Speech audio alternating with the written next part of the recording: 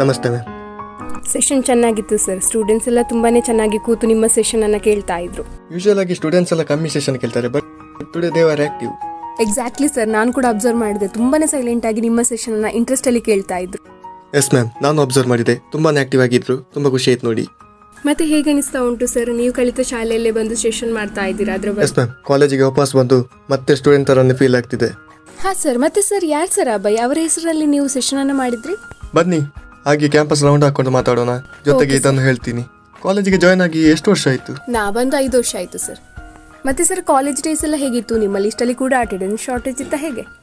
Shortage ಎಲ್ಲ just pass ಆದ್ರೆ memories ಮಾತ್ರ ಫುಲ್ ಪಾಸ್ ಮೇಡಮ್. ಮತ್ತೆ ಅಭಯ್ ಯಾರು ಸರ್? ಅವರ ಬಗ್ಗೆ ಹೇಳಲೇ ಇಲ್ಲ.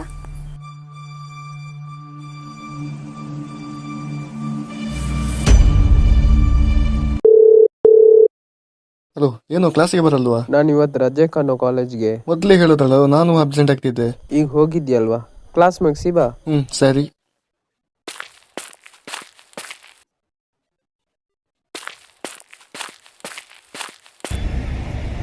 ಲೋ ಮಗ, ಪ್ರವೀಣ ಬರ್ತೀಯ ನೋಡು. ಲೋ, ಏನ್ರೋ ಕ್ಲಾಸ್ಗೆ ಬರಲ್ವಾ? ಬ್ರೋ, ನಾವು ನೆಕ್ಸ್ಟ್ ಅವರ್ ಬರ್ತೇವೆ. ನೀ ಯಾಕೆ ಟೆನ್ಷನ್ ಆಗಿದ್ಯಾ? ಅದು ನನ್ನ ಫ್ರೆಂಡ್ ಅಬ್ಬಾಯಿ ಇವತ್ತು ಆಬ್ಸೆಂಟ್, ಹಾಗೆ ಸ್ವಲ್ಪ ಡಲ್ ಅಷ್ಟೇ. ಬಾ ಮಚ್ಚ, ಇದನ್ನು ತಗೋ. ಇದರಲ್ಲಿ ತಗೊಂಡ್ರೆ ಎಲ್ಲ ಟೆನ್ಷನ್ ಮಾಯ ಆಗ್ತದೆ. ಲೋ, ಏನು ಇದು? ಇದಕ್ಕಿಂತ ಮುಂಚೆ ನಾನು ನೋಡ್ಲೇ ಇಲ್ಲ.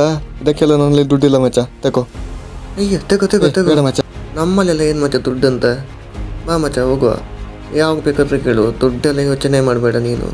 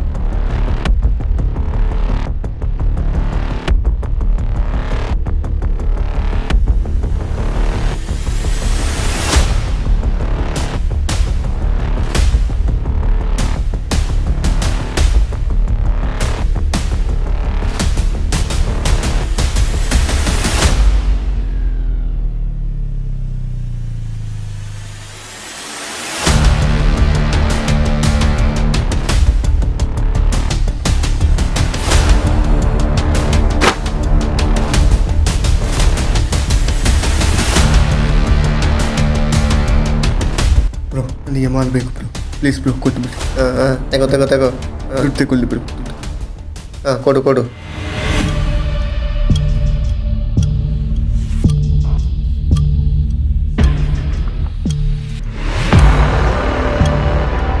ಇದೆಲ್ಲ ಸಾಕಾಗಲ್ಲ. ಎಷ್ಟಾಗ್ತದೆ ಅಷ್ಟು ಕೊಡಿ ಬ್ರೋ. ಮಾರ್ಕೆಟಲ್ಲಿ ಡಿಮಾಂಡ್ ಎಲ್ಲ ಜಾಸ್ತಿ ಇದೆ.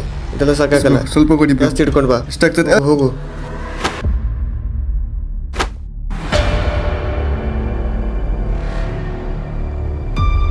ಏನು ಹೇಳಿದ್ರು ಕೇಳ್ತೀನಿ, ನನಗೆ ಕೊಟ್ಬಿಡಿ.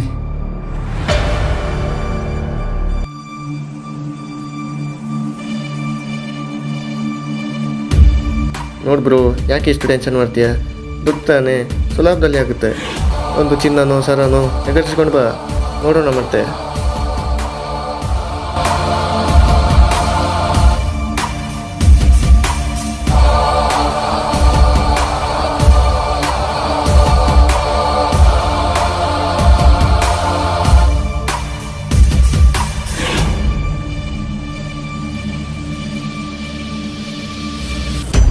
ಬಿಡು. ಏನೋ ಪ್ರವೀಣ, ಇವ್ರ ಜೊತೆ ಸೇರಿದ್ಯಾ? ಬೇಡ ಕಣೋ. ನನಗೆ ಪೌಡರ್ ಬೇಕು, ಅದೆಲ್ಲ ಗೊತ್ತಿಲ್ಲ ನನಗೆ. ಬೇಡ, ನಿನ್ ಲೈಫ್ನ ನೀನೇ ಹಾಳು ಮಾಡ್ಕೋತಿದ್ಯಾ. ನಿಲ್ಲು. ನನ್ನಿಂದ ಬರಬೇಡ.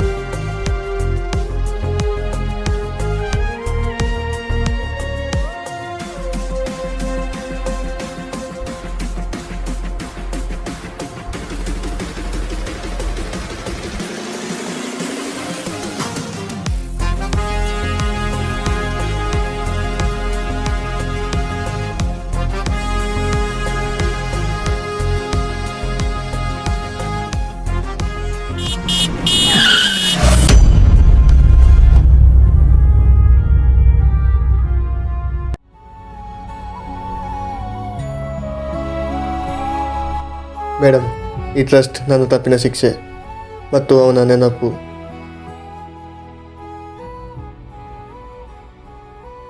ಪ್ರತಿ ಪ್ರೋಗ್ರಾಮ್ ಮಾಡುವಾಗಲೂ ಅವನು ನನ್ನ ಜೊತೆನೇ ಇದ್ದಾನೆ ಅಂತ ಅನಿಸುತ್ತೆ. ಅಭಯ್ ನನ್ನ ಸ್ನೇಹಿತ ಮಾತ್ರ ಅಲ್ಲ ಮೇಡಮ್, ನನ್ನ ಜೀವ ಉಳಿಸಿದ ವ್ಯಕ್ತಿ ಕೂಡ. ಅದಕ್ಕೆ ಈ 100th ಪ್ರೋಗ್ರಾಮ್ ನಮ್ಮ ಕಾಲೇಜಲ್ಲೇ ಮಾಡಿತ್ತು.